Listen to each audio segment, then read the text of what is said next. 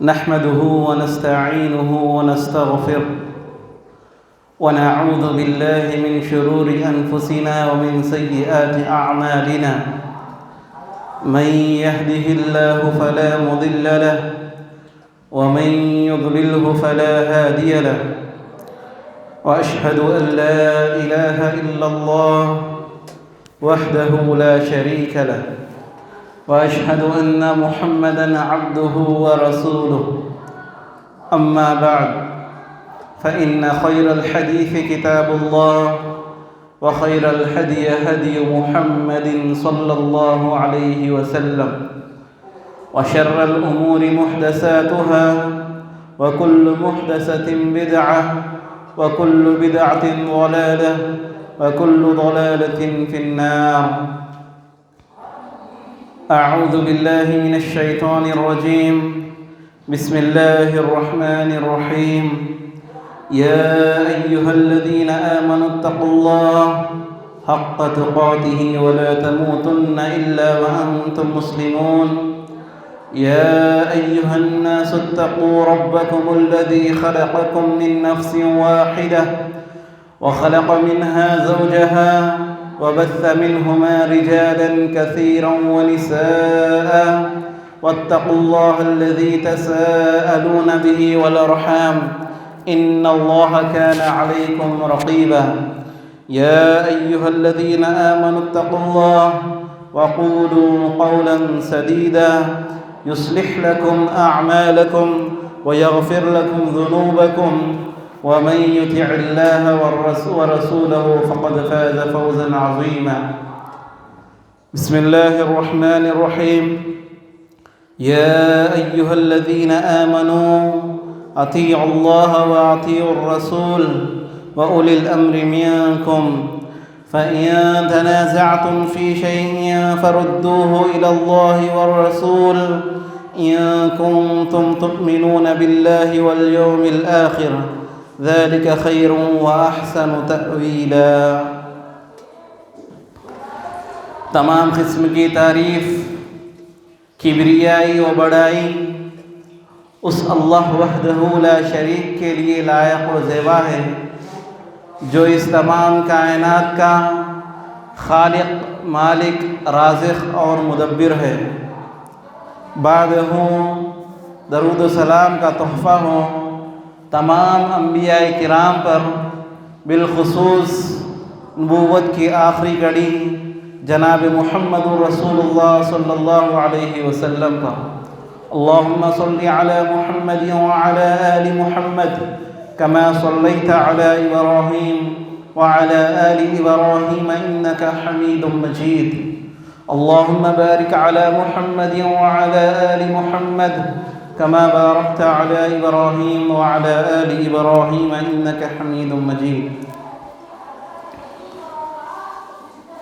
بزرگوں، نوجوانوں، پیارے بچوں اور پردہ نشین ماؤں اور بہنوں، آج اس خطبہ جمعہ میں ہم آپ کے سامنے جس عنوان پر کچھ لب کشائی کرنے والے ہیں وہ عنوان ہے فکر آخرت اور اس کے تقاضے.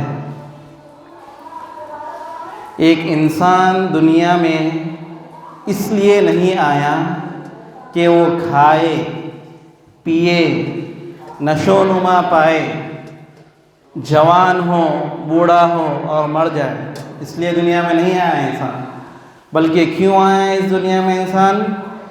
کہ یہ دنیا کی زندگی اس لیے مہیا کی گئی ہے کہ وہ آنے والی زندگی جو مرنے کے بعد ہے اس کی زندگی کی تیاری کرنے کے لیے اللہ نے اس زندگی کو ہمیں دیا، تاکہ اس زندگی میں ہم کچھ سامان کا بندوبست کر لیں آنے والی اس زندگی کے لیے. یا تو آنے والی زندگی عیش کی، عشرت کی، آرام کی، سکون کی، لذتوں کی، نعمتوں کی ہوگی، یا پھر غم کی، مصیبت کی، پریشانیوں کی عذاب کی زندگی ہوگی۔ جناب محمد رسول اللہ صلی اللہ علیہ وسلم نے اس آنے والی زندگی کے بارے میں کیا فرمایا کہ قیامت کا دن ہوگا، ایک ایسے شخص کو لایا جائے گا جس نے دنیا میں کبھی کوئی غم دیکھا ہی نہیں۔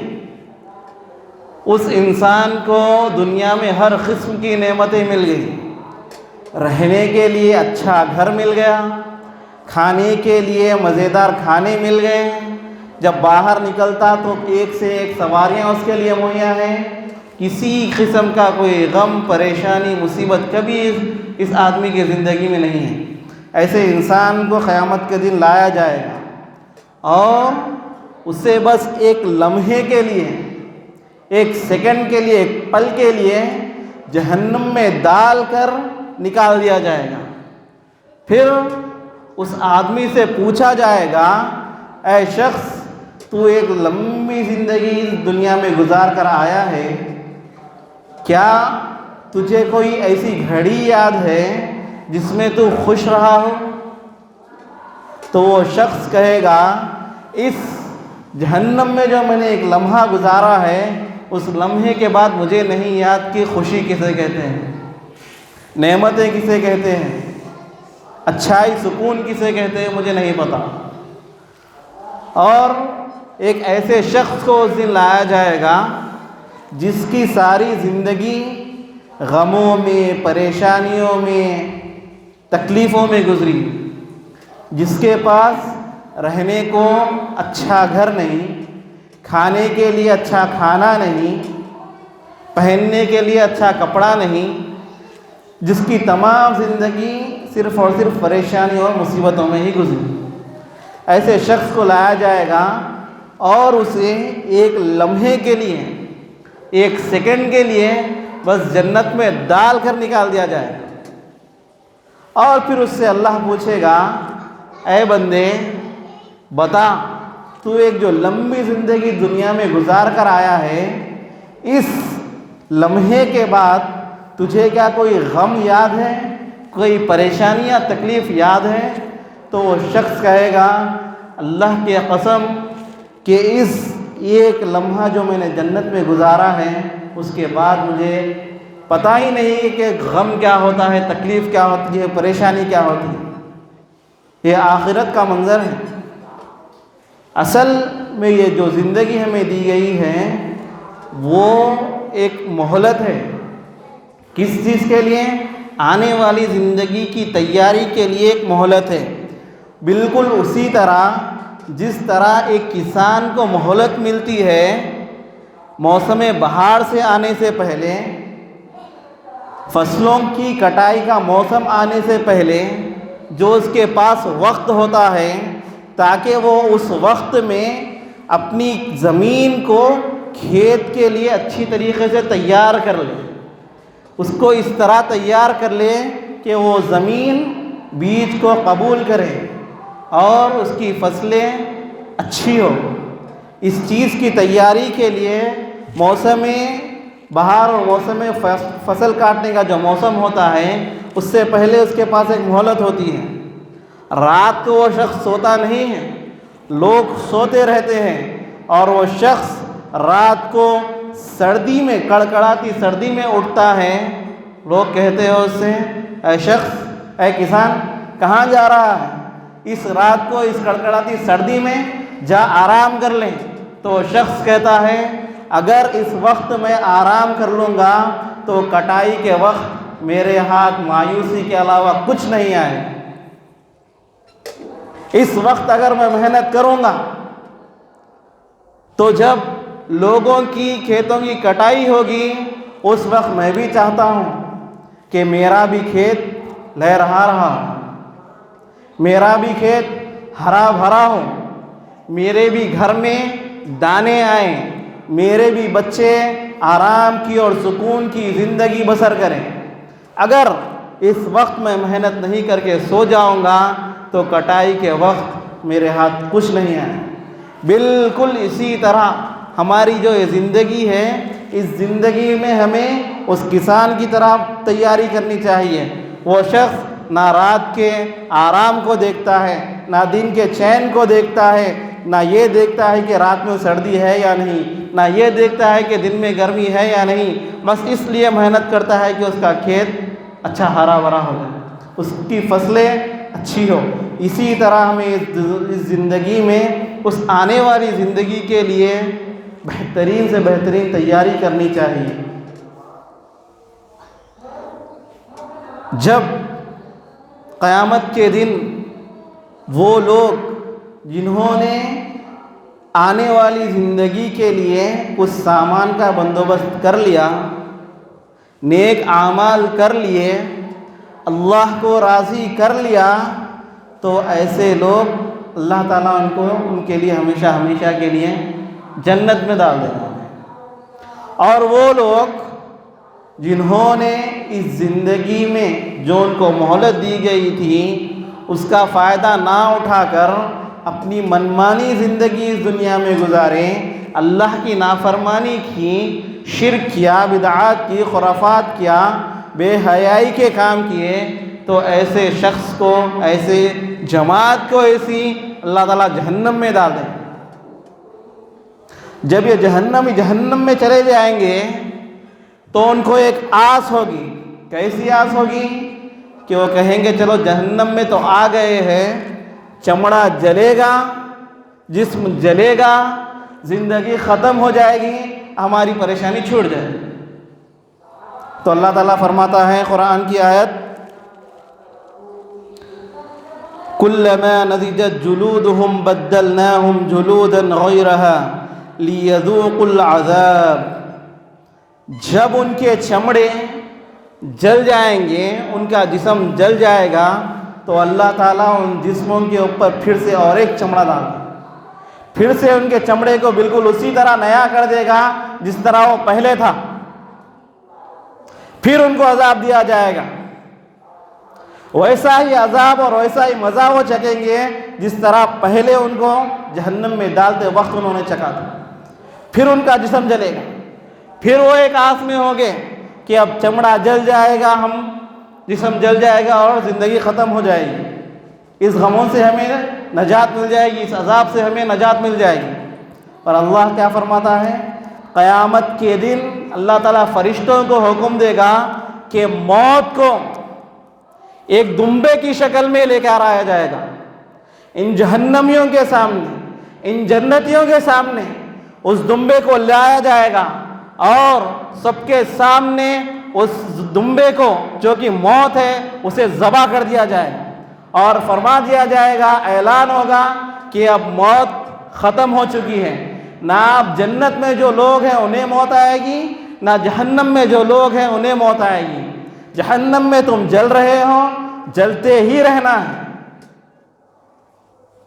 اب یہ زندگی ختم ہونے والی نہیں ہے۔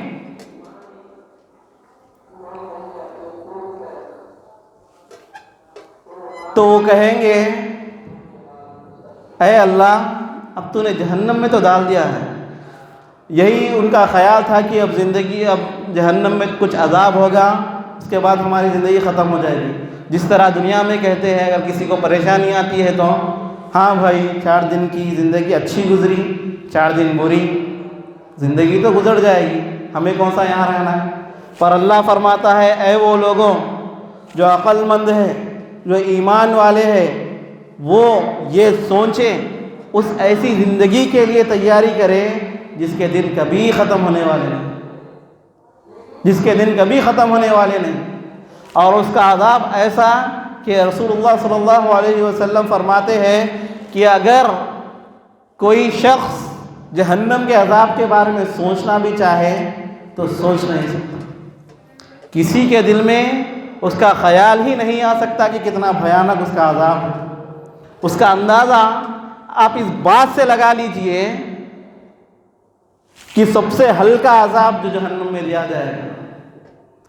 صحابہ آپ صلی اللہ علیہ وسلم کے پاس آتے ہیں اور فرماتے ہیں کہ اے اللہ کے رسول، آپ کے چچا ابو طالب، کون ہے یہ ابو طالب؟ محمد رسول اللہ صلی اللہ علیہ وسلم کے چچا ہیں، علی رضی اللہ تعالیٰ عنہ جعفر رضی اللہ تعالیٰ عنہ کے والد ہیں، فاطمہ رضی اللہ عنہ کے سسر ہیں، آپ صلی اللہ علیہ وسلم کے چچا بھی ہیں، ساتھ ہی ساتھ سمدھی بھی ہیں۔ مگر جب ابو طالب کو موت آئی تو آپ صلی اللہ علیہ وسلم نے انہیں کلمے کی تلقین کی، ان سے کہا کہ ایمان لا لو، پر ان کی موت کفر کی حالت میں۔ تو صحابہ نے پوچھا ہے اللہ کے رسول، کیا ابو طالب کو آپ سے محبت، کیسی محبت کہ مکہ میں مشرکین مکہ کے خلاف ڈھال بن کر ٹھہر گئے تھے وہ آپ صلی اللہ علیہ وسلم کے آگے؟ کیسی محبت کہ جب سوتے تو رسول اللہ صلی اللہ علیہ وسلم کو علی رضی اللہ تعالیٰ عنہ کی جگہ پر سلا دیتے اور علی رضی اللہ تعالیٰ عنہ کو آپ صلی اللہ علیہ وسلم کی بستر پر سلا دیتے۔ کیوں؟ تاکہ دشمن حملہ کرے تو میرا بیٹا شہید ہو جائے پر میرے بھتیجے کو کچھ نہ۔ ایسی محبت تھی ابو طالب کو آپ صلی اللہ علیہ وسلم۔ تو صحابہ نے کہا اے اللہ کے رسول، ابو طالب آپ کے چچا کو آپ سے اتنی محبت تھی تو کیا انہیں جہنم میں کچھ رخصت ملے گی عذاب سے؟ تو آپ صلی اللہ علیہ وسلم نے فرمایا، کان کھول کر سن لو میری بات کو، جو لوگ ظلم کرتے ہیں، جو عورتیں اپنے شوہروں کی نافرمانی کرتی ہے وہ بھی سن، جو بچے اپنے ماں باپ کی نافرمانی کرتے ہیں وہ بھی سن لیں، اور جو لوگ شرک میں مبتلا ہے، اللہ تعالیٰ کی نافرمانی کرتے ہیں وہ بھی سن۔ جو سب سے ہلکا عذاب دیا جائے گا جہنم میں، آپ صلی اللہ علیہ وسلم فرماتے ہیں کہ ہاں ابو طالب کو، میرے چچا کو اتنی رخصت ملے گی کہ سب سے ہلکا جو عذاب ہوگا وہ میرے چچا کو ملے گا۔ کیا ہوگا وہ عذاب؟ آپ صلی اللہ علیہ وسلم نے فرمایا کہ آگ کی جوتیاں ان کے پاؤں میں پہنائی جائے گی، جس سے ان کا دماغ کڑھائی میں جیسے سالن کھولتا ہے ویسے کھول رہا ہو۔ یہ سب سے ہلکا عذاب ہے جو جہنمی کو دیا جائے۔ اس کے بعد آپ اندازہ لگا لیں کہ بڑے بڑے جہنمیوں کا کیسا عذاب ہوگا۔ فرعون، حامان اور منافقین جو آپ صلی اللہ علیہ وسلم کے خلاف سازشیں کر رہے تھے، اور آج کے دن جو مسلمانوں پر ظلم کر رہے ہیں، اپنے آپ پر ظلم کر رہے ہیں شرک کر لوگ، کیا حال ہوگا ان کا قیامت کے دن جب جہنم میں ڈالے جائے؟ بھوک لگے گی جہنمیوں کو، کہیں گے اے اللہ تو نے ہمیں جہنم میں تو ڈال دیا ہے پر اب بھوک لگی ہے، بھوک سے نڈھال ہے۔ سنیے آپ قرآن کے الفاظ سنیے، اللہ تعالیٰ کیا فرماتا ہے، ان شجرۃ الزقوم طعام الاثیم کالمہل یغلی فی البطون۔ کہا جائے گا ان کو زقوم دو۔ زقوم کیا ہے؟ ایک کانٹے دار درخت ہے، تو جب ان کو بھوک لگے گی تو کھانے کے لیے انہیں کانٹے دار درخت دیا جائے۔ پیاس لگے گی جہنم میں، سال ہا سال پکارتے رہیں گے پیاس پیاس پیاس۔ ایک واقعہ ہارون رشید کا، جو کہ بادشاہ تھا، ان کے پاس ایک عالم آئے رہنے کے لیے۔ اس وقت کے بادشاہ بھی بادشاہ ہوا کرتے تھے نیک، اس وقت علماء بھی علماء ہوا کرتے تھے الحمدللہ۔ یہ نہیں دیکھتے تھے کہ بادشاہ ہے تو اس لیے فیصلہ شریعت کے خلاف ہو یا نہ ہو ہم بادشاہ کے حق میں فیصلہ کرتے، نہیں دیکھتے۔ وہ یہ سوچتے تھے کہ بادشاہ ناراض ہوتا ہے ہو جائے، پر بادشاہوں کا بادشاہ جو ہے اللہ، وہ ناراض نہ ہو۔ تو ایک عالم ہارون رشید کے پاس رکے گھر میں، رات ہوئی، آدھی رات گزری ہی تھی کہ ہارون رشید نے اپنے غلام سے کہا کہ غلام کو اٹھا، تو اسی وقت وہ عالم ہی ہو گیا۔ تو کہا کہ کیا بات ہے؟ تو کہا کہ بہت پیاس لگی ہے، پانی چاہیے۔ پیاس کی بات کر رہا ہوں، پانی چاہیے۔ تو انہوں نے کہا، وہ گئے عالم، پانی کا پیالہ لیا، پانی نکالا اور لے کر آئے۔ جیسے ہی ہارون رشید نے پانی کے گلاس لینے کے لیے ہاتھ بڑھایا تو عالم صاحب نے اپنا ہاتھ کو پیچھے کر لیا. پھر سے انہوں نے ہاتھ کو آگے بڑھایا, پھر سے انہوں نے ہاتھ کو پیچھے کر لیا, پھر سے انہوں نے ہاتھ کو بڑھایا, پھر سے انہوں نے ہاتھ کو پیچھے کر لیا. کہا کہ اگر تم سے یہ کہا جائے کہ یہ پانی تمہیں نہیں دیا جائے گا اور اس پانی کی قیمت مقرر کر دی جائے, تو ہارون رشید نے کہا اے شیخ پہلے ہی پیاس لگی ہے, پیاس سے نڈھال ہوں, رات کو نیند یوں ہی نہیں کھلتی, جب تکلیف آتی ہے اسی وقت نیند کھلتی ہے. تو انہوں نے کہا نہیں, جو نیک بخت لوگ ہوتے ہیں انہیں بنا تکلیف کے بھی آنکھ کھل جاتی, جب انہیں اللہ کی یاد آتی ہے تو بنا تکلیف کے وہ اللہ کے لیے راتوں کو اٹھ جاتے ہیں. کہا کہ اگر اس پانی کی قیمت طے کر دی جائے تو تم کتنی قیمت دو گے؟ تو ہارون رشید نے کہا کہ اگر یہ پانی کا پیالہ مجھے نہ دیا جائے اور اس کی قیمت طے کر دی جائے تو میں میری آدھی سلطنت بیچ کر اس پانی کے پیالے کو لوں. یہ دنیا کی پیاس ہے, دنیا کی پیاس ہے جو انسان برداشت ہی نہیں کر سکتا. کچھ لمحے گزرتے ہیں, پیاس لگ کر بلکنا شروع ہو جاتا ہے پانی کے. بھوک کچھ دن برداشت کر لے انسان, 1 دن 2 دن 4 دن برداشت کر لے, پر پیاس کو انسان برداشت نہیں کرتا. تو جب یہ جہنمی پکاریں گے پیاس کے لیے, اس سے پہلے وہ جنتیوں سے بات کریں گے کہ وہ جہنمی جب دیکھیں گے جنتیوں کو کہ وہ بہترین جنت کی نعمتوں میں ہیں, بہترین پانی پی رہے ہیں, آب کوثر پی رہے ہیں, سلسبیل کا پانی پی رہے ہیں, تو وہ دیکھ کر کہیں گے ہمیں 1 بوند پانی, ہمیں 1 بوند پانی کا دے دو. تو وہ جنتی کہیں گے ہم اللہ کے بندے ہیں, ہم وہ کام نہیں کرتے جس کی اجازت اللہ نے ہمیں نہیں دی, تمہارے لیے اللہ نے پانی کا 1 بوند بھی نہیں رکھا, تو لہذا تمہیں پانی نہیں دیا جائے گا. تو جب جہنمی دیکھیں گے ان کا رشتہ دار, ان کا پڑوسی, ان کا قریبی, ان کا دوست انہیں پانی نہیں دے رہا ہے, تو وہ کیا کہیں گے؟ وَنَادَوْا يَا مَالِكُ لِيَقْضِيَ عَلَيْنَا رَبُّكَ قَالَ إِنَّكُمْ مَاكِثُونَ. پکاریں گے, پانی پانی پانی کہہ کر پکاریں گے. 100 سال گزر جائیں گے, 200 سال گزر جائیں گے, 1000 سال گزر جائیں گے, ان کی پکار کو کوئی نہیں سنے گا. 1000 سال کے بعد جو داروغہ ہے جہنم کا وہ پوچھے گا کیا بات ہے, تو وہ کہیں گے اللہ سے کہو کہ ہمیں پانی پینے کے لیے کچھ دے دے, ہمیں پیاس لگی ہے.